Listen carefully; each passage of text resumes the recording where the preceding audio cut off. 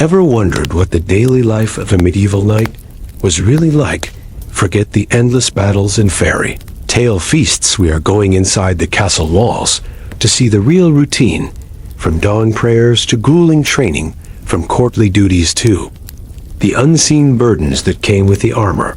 You will see what it truly meant to live a day in the life of a knight. So before you get comfortable, make sure you have hit the subscribe button and drop your city name and local time in the comments, so we will know where in the world you are watching us from. The rooster does not care that you are a knight. Your glorious coat of arms and your polished sword mean absolutely nothing to that feathered alarm clock as it screeches at the crack of dawn. If you live in the castle, you rise in a drafty chamber, often with the sunlight struggling through a small slit of a window, and if you are lucky, a fire is already smoldering in the hearth. If you are less lucky, the cold is so sharp, it feels like it cuts your skin before you have even left your bed. Knights are not lounging around in silk pajamas either. You pull on thick woolen hose, a tunic and boots designed for utility, not comfort. There is no rolling over for a few more minutes of sleep. You have duties, and those duties start early. First order of the day is prayer. As a knight, your life is bound by the chivalric code, and that means devotion to God is not optional. You kneel either in the castle chapel or in your chamber, reciting familiar words from memory. Your sword and armor might be the tools of your trade, but faith is the compass meant to guide how you use them. This spiritual start to the day is not just piety. It is a reminder that you are meant to protect the weak, serve your Lord, and act with honor, though truth be told, some knights follow the code more in spirit than in practice. Breakfast for a knight is not the lavish affair you might imagine. There is no grand feast of meats and sweet pastries laid out on silver platters. Instead, you get bread sometimes, coarse and dark, perhaps some cheese, and if you are lucky, a bit of leftover meat from the night before. It is washed down with small ale, which is weaker than beer, but safer than drinking water from a medieval well. The food is fuel, nothing more, because the morning is about to get physical. Training is the heartbeat of a knight's life. Even an experienced warrior cannot afford to go soft. You start with weapon drills, practicing with your sword or lance, striking at wooden posts or sparring with squires. The clang of steel rings in the crisp morning air as you move from blade work to mounted exercises. If you have a war horse, you spend time keeping it battle ready. A knight without a skilled horse is like a ship without a sail. Grooming, feeding, and riding your steed is as important as sharpening your sword. You might gallop across the fields, tilt at the quinton, or practice charging with a lowered lance. The armor is heavy and awkward, and the more time you spend in it, the better prepared you are for when the real thing happens. Your squires are never far from your side. Young men, usually from noble families. They serve as both assistants and students. They help you into your armor, fetch your weapons, and clean the mud, and sweat from your gear after training in return. They watch your technique, listen to your advice, and dream of the day they will earn their own spurs. You might instruct them on strategy, weapon handling, or even the subtleties of courtly manners. Being a knight is not just about fighting. It is also about carrying yourself with dignity in the presence of nobles and royalty. Late morning may involve attending to your lord's business. If you are sworn to a noble, you might be summoned to the great hall to discuss matters of defense or accompany him on inspections of his lands. This could mean checking the castle walls for damage, reviewing the garrison's readiness, or simply riding out to show your presence to the villages under your lords. Control. The sight of a knight in full kit is a reminder to the people that they are protected, even if in reality, much of your job is about maintaining that appearance as much as providing actual protection. Every morning is peaceful, of course. In times of war, your entire routine changes. There is no measured training session. There is mustering of troops, repairing of gear, and perhaps even a ride to the battlefield. But in times of peace, your focus is on readiness, discipline, and habit. Keep your skills sharp so that when you are called, you are prepared without hesitation. By midday, your body is warm from the exertion in your hands, perhaps blistered from the hilt of your sword, and your horse steaming from the morning's work. Is satisfaction in the rhythm of it all. Each movement and each drill is part of a long tradition stretching back through generations of warriors. And while the day is far from over, the morning has already been a blend of devotion, discipline, and duty. The life of a medieval knight is not the constant chaos of battle you might imagine. It is a carefully woven routine designed to turn flesh and blood into something that can stand in the storm when it comes. By midday, the castle is alive with movement. The smell of roasting meat drifts from the kitchens, and the sounds of merchants unloading carts echo in the moving courtyard. But for a knight, the middle of the day is not a time for lounging in the hall swapping stories. It is when the more practical side of knighthood comes into play, and your role shifts from warrior in training to manager soldier, and sometimes even politician. One of your regular responsibilities is overseeing the men-at-arms under your command. These are the professional soldiers who fight alongside you in battle and guard the Lord's lands in times of peace. You inspect their weapons and armor, ensuring nothing is rusted or in disrepair. A sword with a nick in the blade or a dented helmet can mean the difference between life and death, so it is your job to make sure every man is ready. You might drill them on formations or practice archery as a group. Discipline is the backbone of a fighting force, and if you let it slip now, you will pay for it later when arrows start flying. After dealing with the garrison, you may turn your attention to the estate itself. Knights often held land from their lords, and with that came the responsibility of managing it. This could mean hearing disputes between tenants, arranging the repair of fences, or even helping organize the planting and harvesting seasons. You are not just a man of war, you are also a figure of authority to the people who live on your lands. The peasants look to you for protection, but also for fair judgment in their quarrels and guidance when the harvest is threatened by bad weather or disease. Meals in the midday are more substantial than the morning's simple bread and ale. You might sit in the great hall at a long trestle table with your fellow knights, squires, and other members of the household. There will be bread and cheese, of course, but also roasted meat stews, thick with root vegetables, and perhaps a pie if the cook has been ambitious.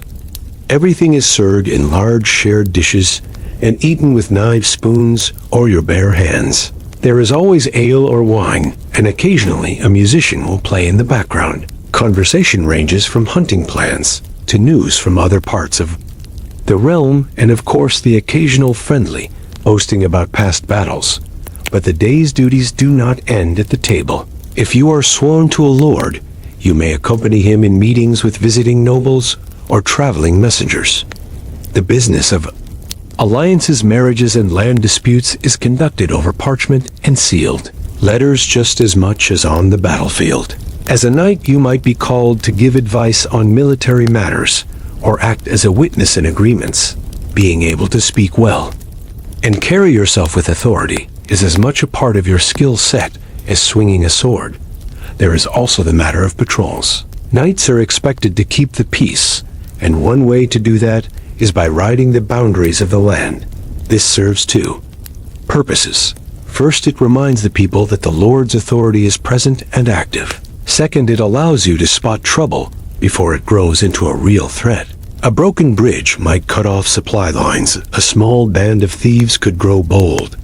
If left unchecked, a rumor of raiders across the border might be nothing, or it might be the first sign of invasion. A keen eye and quick judgment can stop a problem before it becomes a disaster. On some days, you might spend part of the afternoon in practice tournaments.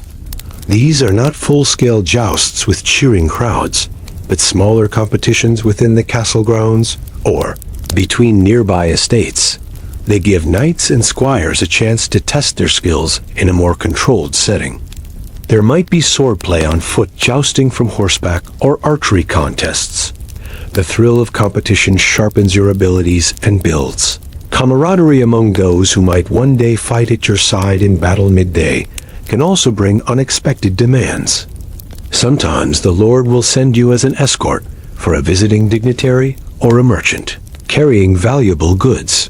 The roads between towns can be dangerous with the threat of bandits or hostile soldiers, and a knight's presence is both protection and deterrent.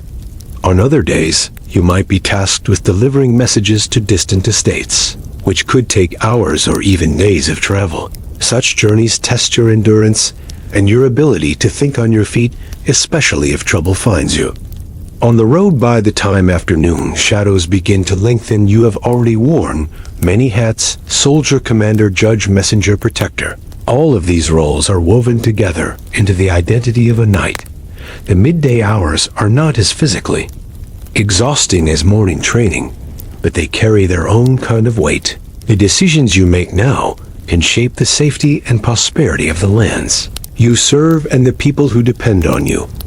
You carry the authority of your title, but also the heavy knowledge that if you fail, others will pay the price.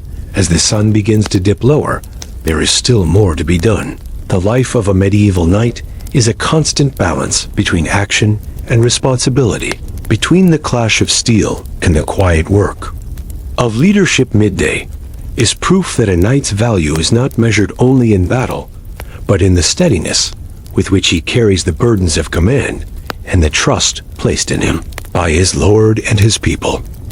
By the afternoon, a knight's day shifts back toward honing the skills that keep him alive. Training is not just something for squires and fresh recruits. Even seasoned warriors must keep their edge. Both body and mind need to be ready for whatever challenges might come, and the afternoon is often the time for refining those abilities to perfection. Physical training is more than swinging a sword endlessly. You might work with a variety of weapons, because a true knight never relies on just one tool. A longsword is a staple, but so is the lance, the mace, and the dagger. Each requires different techniques and strengths, and each could be the deciding factor in a fight. You practice footwork, balance, and the ability to shift quickly from one style of combat to another. Sometimes the drills are repetitive to the point of exhaustion, but the repetition is what transforms skill into instinct. When the chaos of battle surrounds you, there is no time to think. Your body must simply know what to do. Mounted training is equally essential. A knight without a reliable warhorse is at a serious disadvantage. The afternoon might find you in the tilt yard, guiding your steed through maneuvers designed to mimic the press and confusion of battle. You learn how to control your mount with your knees, freeing your hands for weapons. You practice charging with a lance at full speed, striking a target with precision. You work on sudden turns and quick stops, preparing for the unexpected. A well-trained warhorse is not just transport. It is a partner that can mean the difference between victory and defeat. But training is not all about muscle. There is also strategy to consider. A knight must be able to read a battlefield, understand terrain, and anticipate the enemy's moves. The afternoon might include time spent in the solar or a council chamber, studying maps and discussing tactics with other knights or your lord. You might review historical battles, analyzing why one side prevailed and the other faltered. You learn to think like both a commander and a soldier, because in the field, you may need to fill either role. Squires are deeply involved in this part of the day. They are the ones setting up practice dummies, resetting jousting targets, and fetching water when you are drenched in sweat. They watch every move you make, hoping to absorb the subtleties of your technique. They ask questions, and you answer not only to help them learn, but to sharpen your own understanding. Passing on your knowledge is part of the duty of knighthood, ensuring that the next generation will be ready to take your place when your time comes. Sometimes the afternoon training is more competitive than routine sparring matches between knights can draw a small crowd from the castle staff and villagers. A duel in practice might be friendly, but it is never without intensity. Each opponent pushes the other to their limits, because pride is always on the line. Even in peacetimes, a knight's reputation matters, and being known as formidable in the yard carries weight far beyond the practice field. There are also specialized skills to work on, such as siegecraft. You might spend an afternoon learning how to construct and operate a trebuchet or reinforce a gatehouse. These are not everyday tasks, but when a siege comes every night, must understand the tools of both attack and defense. Knowledge of fortifications and siege engines could save your lord's castle or help you take one from an enemy. Afternoon is also when some knights turn to hunting as both recreation and training. A hunt is more than sport. It builds riding skills, sharpens the senses, and tests endurance. Chasing a stag through dense forest teaches you to maneuver quickly and react to sudden changes in terrain. The kill itself might be less important than the lessons in patience, observation, and swift action. Many hunts also serve a social purpose, bringing together nobles and knights in a setting where alliances can be strengthened over shared success or mutual frustration, for a knight training never truly ends.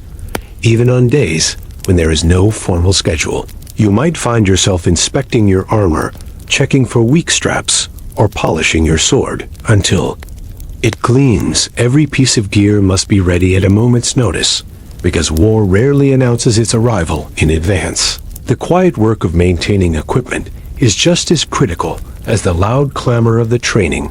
Yard by late afternoon, your muscles may ache and sweat may have soaked through your tunic, but you carry the satisfaction of knowing you are better prepared than you were that morning. The skills you hone today might save your life tomorrow. The repetition, the discipline, and the endless push toward mastery are what separate a knight from the average soldier. It is not enough to simply wear armor and ride into battle. To be a true knight, you must be a living weapon, sharpened each day against the grindstone of training. As the sun begins to lower, the pace of a knight's day shifts from the clashing of steel and the discipline of drills to the softer, but no less important duties of the court. A knight is not only a warrior, but also a figure of refinement and representation, and the late afternoon often belongs to the world of manners, diplomacy, and social engagement. In many castles, there is an expectation that knights will present themselves in the great hall during the later part of the day. You exchange your training gear for more formal attire, perhaps a tunic embroidered with your coat of arms and a polished belt that hints at your status. Clean hands and well-kept hair are not mere vanity.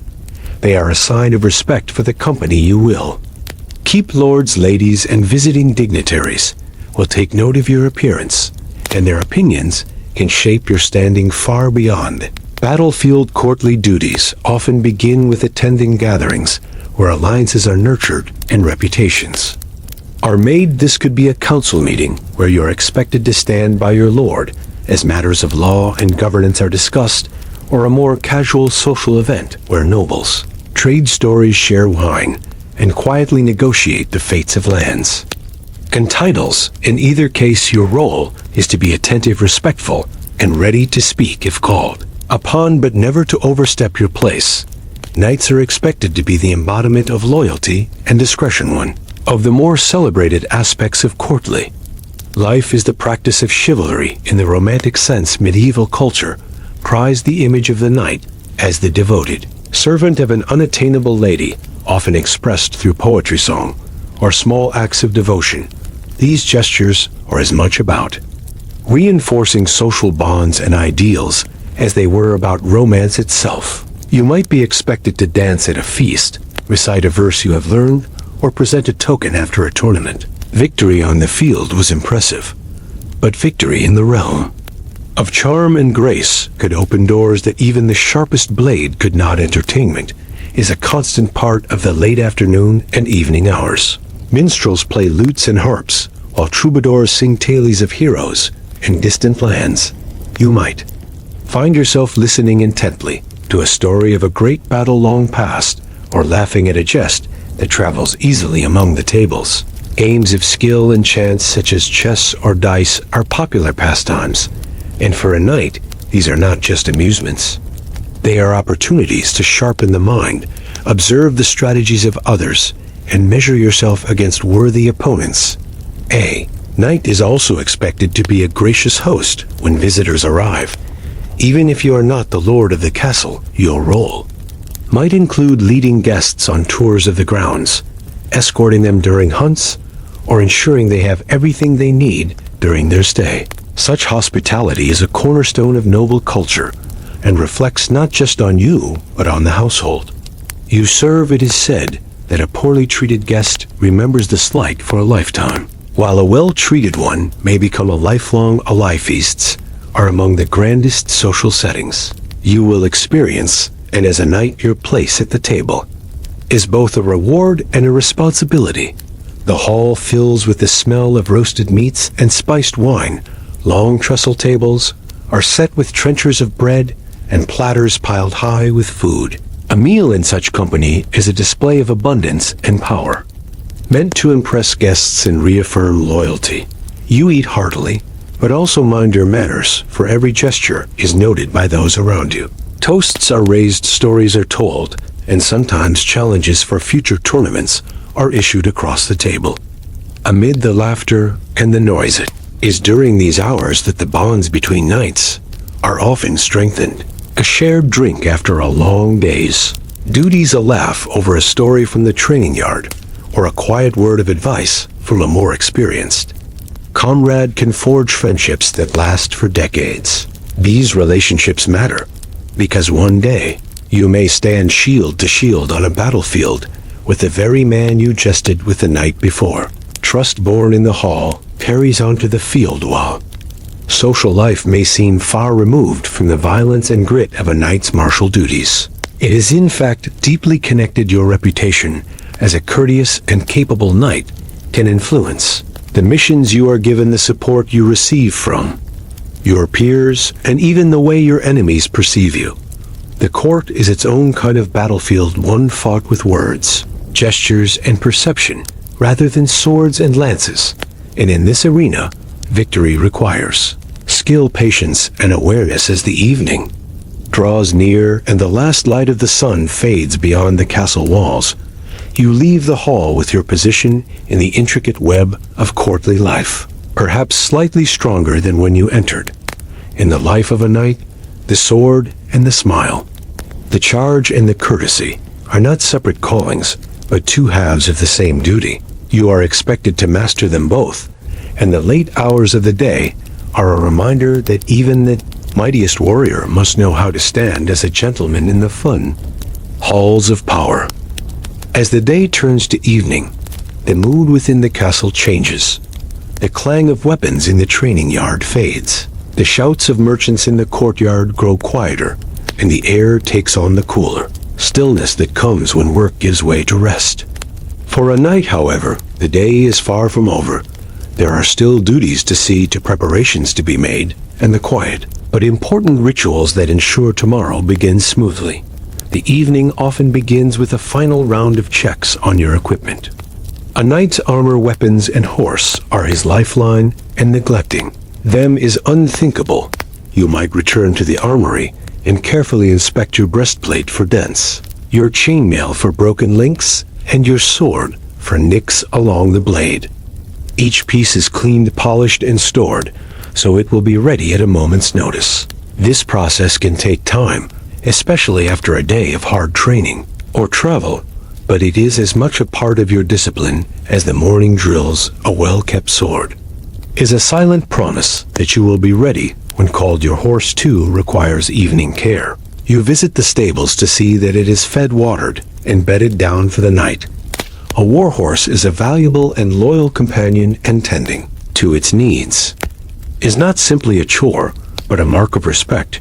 You run your hands along its neck, check for any signs of injury, and ensure the saddle and tack are in good condition. The bond between a knight and his horse is forged in moments like these, and the trust you build will serve you in the chaos of battle. Once your gear and mount are seen to, there may be more formal responsibilities. Depending on the day, you might attend another meeting with your lord, perhaps to receive instructions for the next day's patrol, or to discuss plans for an upcoming hunt or training session. You could be given orders to escort a messenger or to prepare for travel at dawn. The chain of command in a medieval household is constant, and a knight must always be ready to take on new tasks without hesitation. Evening meals in the castle range from modest to grand, depending on the season, the wealth of the household, and whether guests are present. On quieter nights, the great hall might be lit by a few torches, and a small fire with only the household members gathered to eat. A simple stew, bread, cheese, and ale may be all that is served, but the camaraderie among those at the table is worth more than gold. On other nights, the hall bursts into life with a feast, where music, laughter, and conversation carry well into the night. In either case, the meal is an important time for bonding with your peers, reinforcing loyalty and sharing information about the day's events. After supper, the hours can take on more personal rhythm. Some knights spend this time in prayer, seeking guidance for the challenges ahead. Others retreat to their chambers to write letters, keep a journal, or study texts on warfare and chivalry. Reading and writing are not skills all knights possess, but for those who do, they are a means to sharpen the mind as much as the sword. A knight who can record his thoughts and strategies can pass that knowledge on to others, ensuring that lessons learned are not lost with the passing of years. Leisure also plays its part in the evening. A game of chess with a fellow knight can be both entertainment and a mental exercise. Testing your ability to think several moves ahead on the board mirrors the strategic thinking required in the field. Some prefer music, either playing instruments themselves or listening to the castle's minstrels.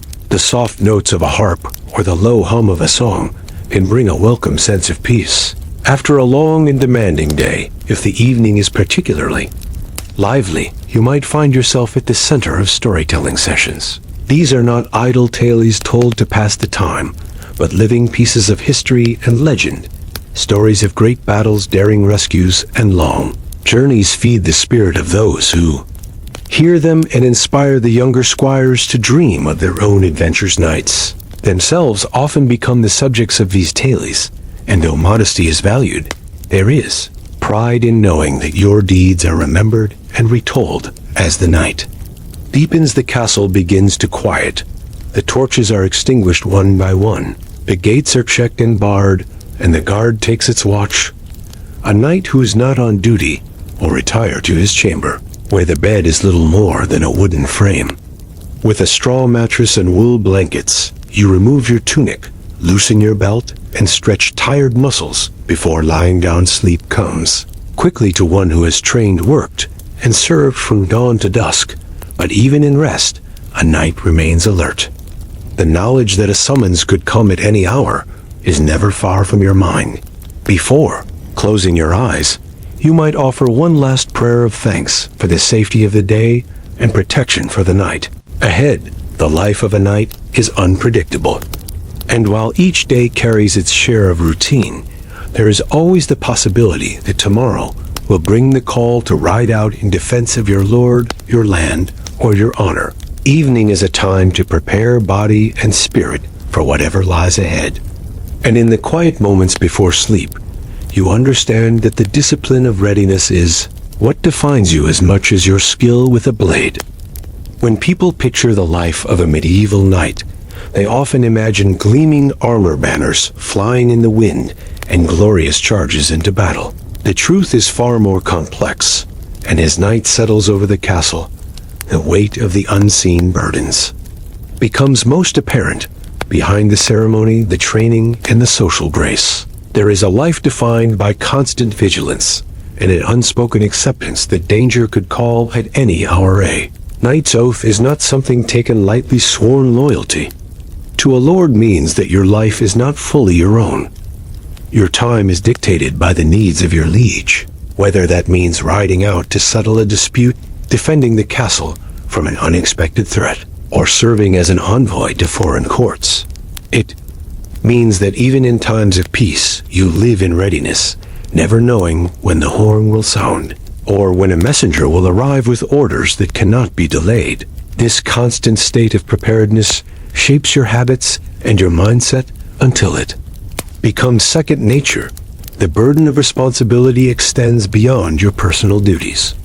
You are also responsible for those who serve under you, from squires eager to prove themselves, to men-at-arms who depend on your leadership, their safety, and success rest in your hands.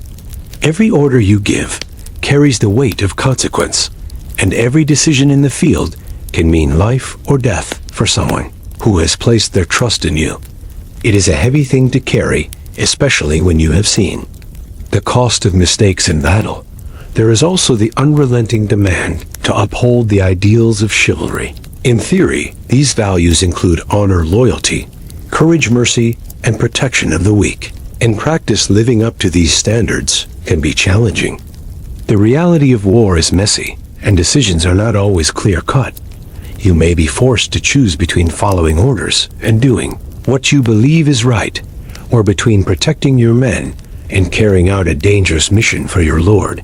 These conflicts weigh on you long after the moment has passed. The physical strain of knighthood is another burden that is often overlooked. The armor that looks so magnificent in the tournament field is heavy and restrictive, wearing it for hours a day. Time leaves your shoulders aching and your back sore. Training day after day keeps you strong, but also wears down your body over the years. Old wounds ache in the cold of winter scars, remind you of close calls, and the knowledge that your strength will not last forever sits quietly at the back of your mind.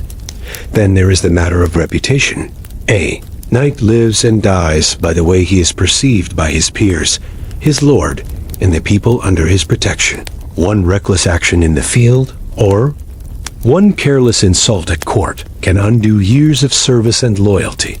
Maintaining the respect of others requires constant attention to both your actions and your words. Every gesture, from the way you greet a visiting noble to the way you treat a servant, reflects on your character and affects the opportunities you are given. Financial burdens are rarely spoken of, but they are real. Armor, weapons, and horses are costly to acquire and maintain, and tournaments, while prestigious, can be expensive to enter and dangerous to your equipment.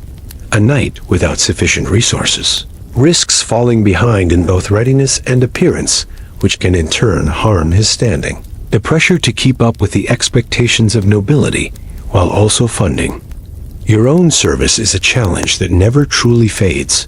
Perhaps the most personal burden is the cost to your own peace of mind.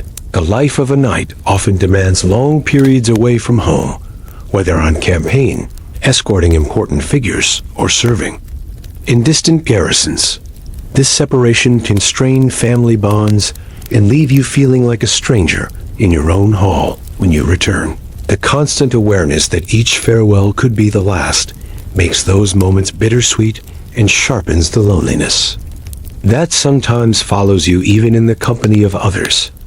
Yet despite these burdens, the life of a knight holds a deep sense of purpose. When you ride out in defense of your people, when you stand guard through a long, cold night, when you teach a young squire the skills that will keep him alive, you are part of a tradition that stretches back through generations. The hardships are real, but so is the pride that comes from knowing you serve something greater than yourself. As the castle sleeps and the night watch patrols the walls, you take a final look across the courtyard, perhaps pausing to listen to the distant sounds of the countryside. The air is cool, the stars are bright, and the weight of the day settles on your shoulders.